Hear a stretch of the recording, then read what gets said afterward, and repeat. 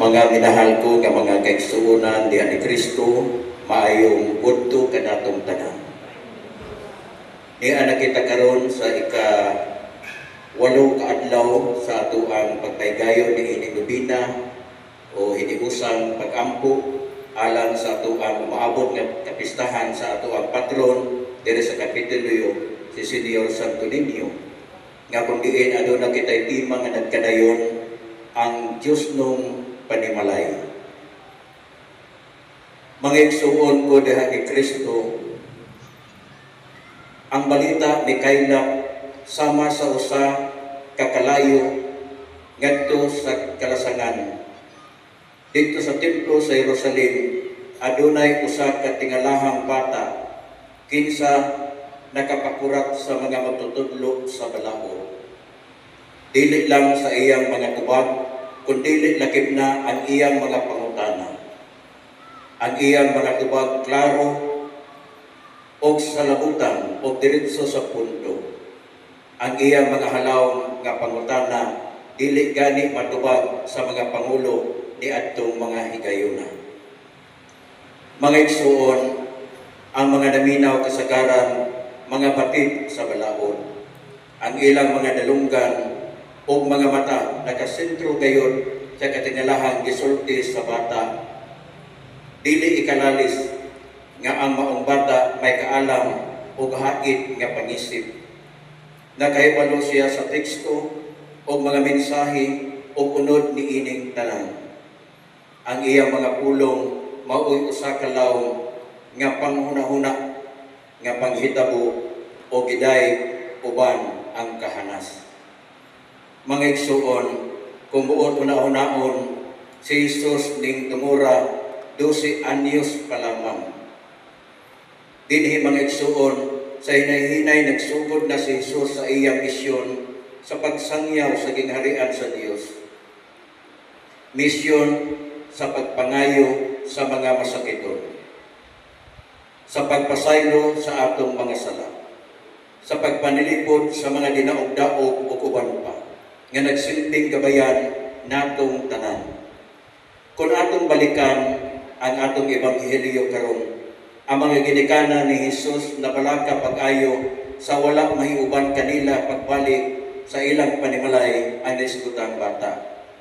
Wala siya nahimutang ug sige silang pangita sa maong bata. Nalukop na nila ang tibuok Nazaret sa ilang mga kaparintihan, ngadto sa ilang mga silingan ug sa ilahang mga higala. Wala gayon nila hikaplagi ang naisgutang bata. Dinhi niining puntuha mga igsuon, masinati nato ang dakong gugmas sa mga ginikanan sa bata. Kung giunsa nila paghigugma ang bata nga sulod sa 3 ka adlaw ilaha gayon gipangita. Mga igsuon, ang pag-amuma o pagpangga mao'y gikahimutan sa Ginoo. May sama unta ang atong mga ginikanan karong mga panahona nga higugmao nila pag-ayo ang ilang tagsa-tagsa ka mga anak samtang buhi pa sila ning ining kalibutan. Ipakita sa mga ginikanan ang tibuok nilang kasing-kasing ang pag-atiman bisan pa man nga nakasala kanila ang ilahang tagsa-tagsa ka mga anak. Si Jesus nagmatinud-anon gayon sa kabubuton sa amahan sa pagmantala sa maayong balita o sa gingharian sa Dios. Iya kini gipakita kanato aron sama kita kaniya nga magiyahay sa Espiritu Santo sa pagsapwag sa maayong balita ug alang usab sa mga kabataan. Nga gipakita ni Jesus ang pagkamasinugtanon sa kabubuton sa Dios ngadto sa iyang amahan ug sa iyang inahan. Sundon unta sa mga kabataan ang tanan nga ginamithi sa ginikanan aron ang ilang pamilya magpuyo diha sa kabubuton sa langit nung amahan. O alang usab sa mga ginikanan nga mao ang punuan. Kung nindot ang punuan, maayo gayon ang bunga niini. Apan ang gamot sa maong punuan walang atimanan nan ang resulta niini dili gayon maayo ang bunga. Mga igsuon, ang angay buhaton sa usa ka pamilya aron makahiusa o magkasinabtanay ang matag usa mao ang makanunayong pagpakigpulong o pagkikistorya, pagpakiguban o pagkigduyog sa usa ka lig-on nga pamilya aron ang mga anak, mga ginikanan magmalipayon o mamalambuon ang ilang tagsa-tagsa ka mga kinabuhi. O paningkamutan sa matag usa nga may duol sa sabakan sa Ginoo pinaagi diha sa mapausanon nga mga pag-ampo, pagpangayo o pasaylo ngadto kaniya pinaagi sa pagtambong sa mga santos nga misa matag adlaw o di kaha matag Domingo. Hinaot pa.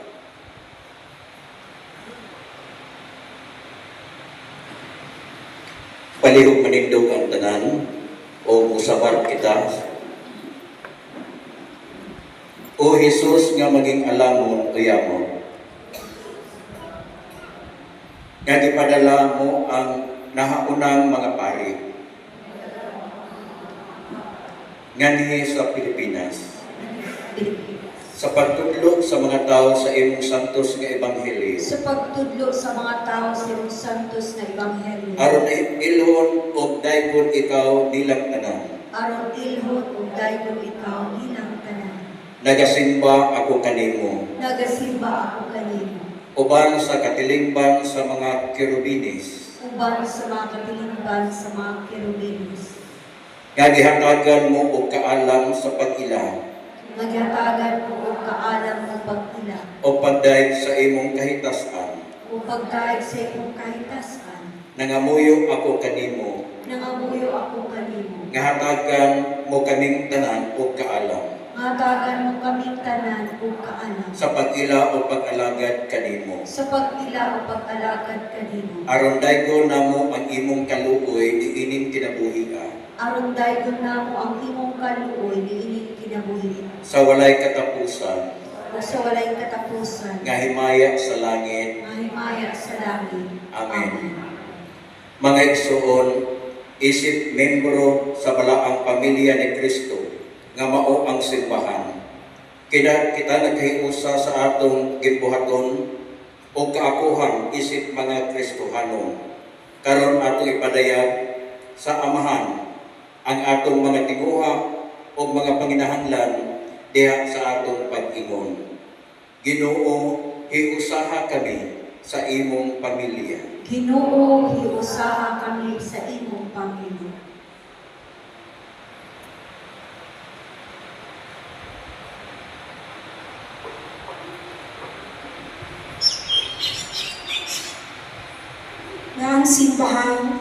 nga ang simbahan ilabi na sa nagdumala niini ang Santo Papa nga obispo o kaparian upakita sa usa ka maayong simbolo isip anig-ingnan sa usa ka dakong pamilya sa Dios nga magkayusa magampo kita. Ginoo, hiusaha kami sa imong pamilya. Nga ang mga lideres sa atong gobyerno magbugna ug lig-unon ang pundasyon nga mao ang gugma ug kalinaw isip tinud-anay sa pagdumala sa Pilipinong pamilya magampo kita. Ginoo, hiusaha kami sa imong pamilya.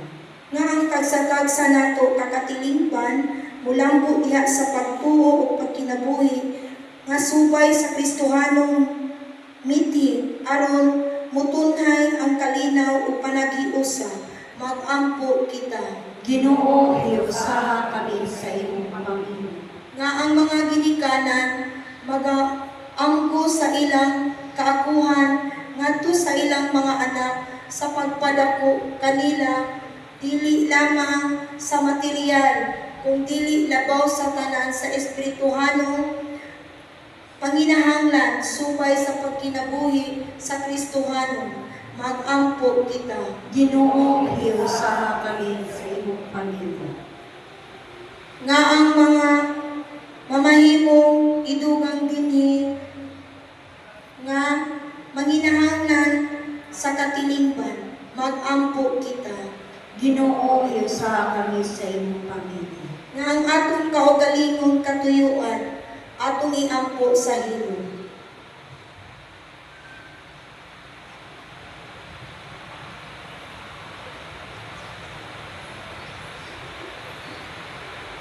Nga ang mga masakiton nga naa karon sa kaniiyang balay tambalanan o ganausab karon sa ilang tagsa-tagsa ka mga panimalay.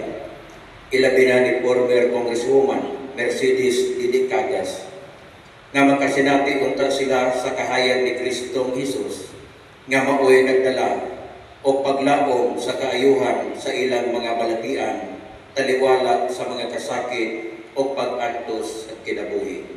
Magampo kita sa Ginoo. Ginoo, hiusa kami sa imong pamilya. Nga ang atong mga kaigsuunang mihalin na sa laing kinabuhi. Ilabi na sila kanhi Governor Douglas Dodo Cagas, kanhi PDRRMO Christopher Tupinta, kanhi Barangay 3 de Mayo Kapitan Oscar Dodong Bukol Jr. ug sa tanang mga nangamatay. Ilabi na ang mga kanhi mga empleyado o mga empleyada sa atuang probinsya sa Davao del Sur o ang tanang gihandom nato karon nga ang labing mapasayloong Dios modawat kanila sa iyang gingharian nga gisaad kanatong tanan. Magampo kita sa Ginoo. Ginoo, hiusa kami sa imong pamilya. Amahan, imong gilalang ang tanan sa kalibutan uban sa dakong pagsalig o pagtuo. Malaumon kami nga imong dunggon ang mga pangiliyoko sa imong katawhan, nga imong gitawag ngadto sa imong banay, kini ang gipangayo. Pinaagi ni Kristo imong anak, nga buhi ug hari hangtod sa kahangturan. Amen. Human sa atong pagpangamuyo sa amahan, atong andamon karon ang atong mga gasa alang sa panginahanglan sa atong simbahan ug katilingban, paliwog manglingkod.